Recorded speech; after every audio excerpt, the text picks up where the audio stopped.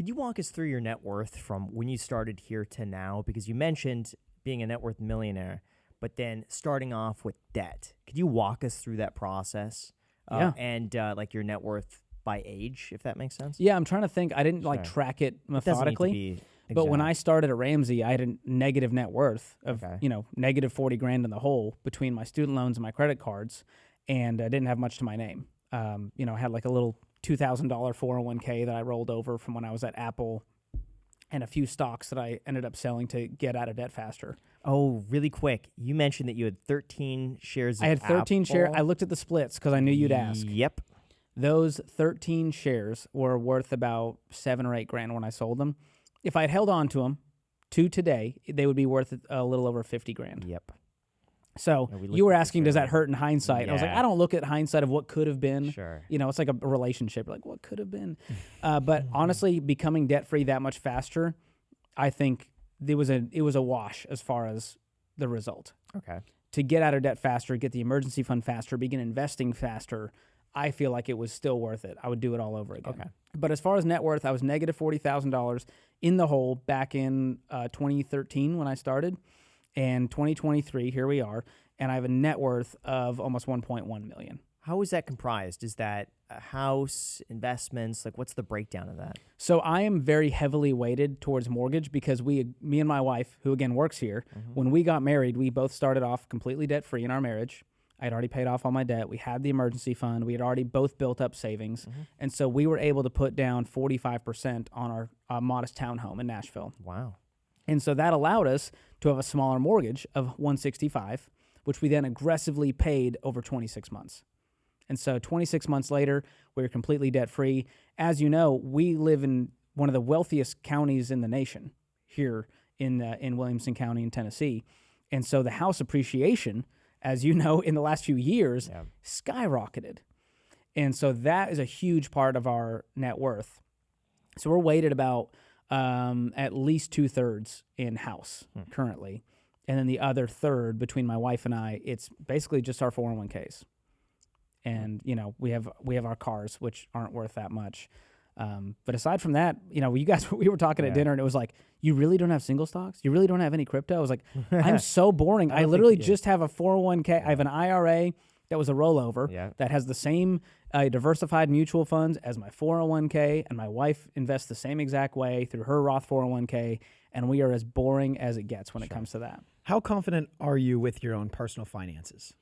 Confidence. Like, what's your relationship with financial security? Just the feeling of it right now. Oh, I would say on that front, security-wise, I feel better than I've ever felt in my life as far as financial security. And part of that is, just living a debt-free life. It removes that piece of the brain that's going like, you're not okay, you're not safe. And I know you guys, that part of your brain was removed long ago. Like you're totally okay. Graham is what? Well, like as far as like mortgages and risk, and obviously real estate versus, if all of that real estate debt was in crypto, you might be losing sleep at night. Oh yeah. But you're very comfortable with real estate. You're a savant when it comes to real estate, and so you understand what you're invested in. But as far as financial security, I feel great about retirement. And again, I'm not trying to do like there's the FIRE movement, and I'm not trying to retire at 35. That's not a goal for me, especially as someone who's married, has a family. We just have different goals. And so I'm like, I love what I do. I want to be here for the next 20 years. And so I'm totally okay with my 401k slowly growing in balance over time over the next 20 years versus I need to make $500,000 in the next 5 years or else I'm screwed on my plan. And so I have a longer term horizon, longer term game plan. If the folks that are doing FIRE, they want to retire in the next 5 years, you've got to be wildly aggressive. And how secure do you feel financially, Graham? Like, what's your relationship with your own financial I feel like it sounds stupid, probably 75% secure. But a lot of it, I think, like what the worst case scenario. I think to myself, stocks going down 50%. At the same time, there's like some sort of lawsuit that happens at the same time as like, I don't know. I think of like if like let's say an earthquake hits Los Angeles and it's like the one, and insurance payouts aren't like enough, and it all happens at the same time. So your real estate crashes, your investments crash. Yeah. And you still have a cash position. I do. Which I that's do. a big hedge for you. Right. But I'm like, if everything happens at once, how do I insulate myself from that? Like, I have Yeah. insurances and stuff like that. We get but, calls like that on the show where people are you know. like, "Hey, I saw the news and like, should I pull out all my money out of the stock market? Yeah. Like, what if it all goes down to zero?" I'm like, if you're saying every company goes bankrupt in Yes. America, we're not going to be worried about our investment accounts. We're Yeah. going to be shooting each other for water. You know what I mean? So like that is an apocalyptic I Am Legend scenario that I just don't entertain. And I have a lot of faith in the American economy that, capitalism and innovation will always cause us to prosper over the long term. Yeah.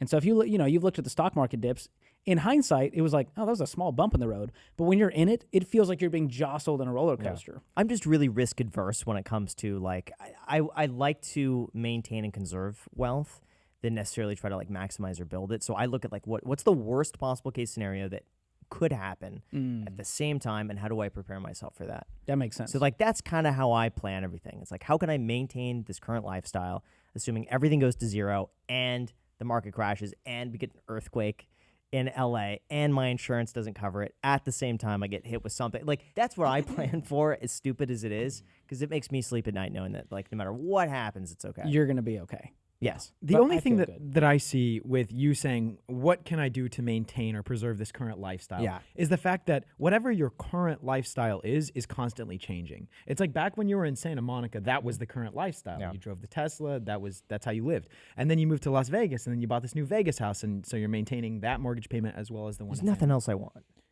Well, then you bought a Ford GT, and then you Yeah, bought an but- aquarium, and then you bought this. And it's like the but- lifestyle, the current lifestyle it's not. It's I a mean, moving obviously, it will target. always be current because that's the only thing that exists. But also, like, it's changing. It's always dynamic. I'd say there's nothing else that I want. The only thing I would like at some point is have a slightly bigger home for a bigger office and more backyard space.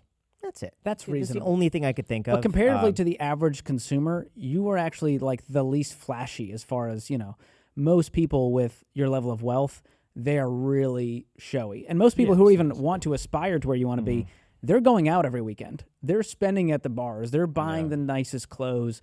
Whereas you've decided, I'm going to actually swim upstream against a lot of that. Yeah. And so the things you buy, they're very rare and they're super intentional. Yeah. And you've talked about the Ford GT and like the cars and the watch. They make money. That And so Ford you're going- GT is up 30%, Jack. That's impressive. Better than the stock market. Should have better than invested real in estate. Graham's cars. Yeah, Should really. have bought a Ford GT. Now that could be Really, could be your new business model. You can invest Buying cars. in Graham's purchases. I and would. as they That's go a up good in value. idea. Yeah, I would buy. I would love to do that. If I could get a good deal right now on an SLS AMG, that's the car. What's that a I good deal on something like that?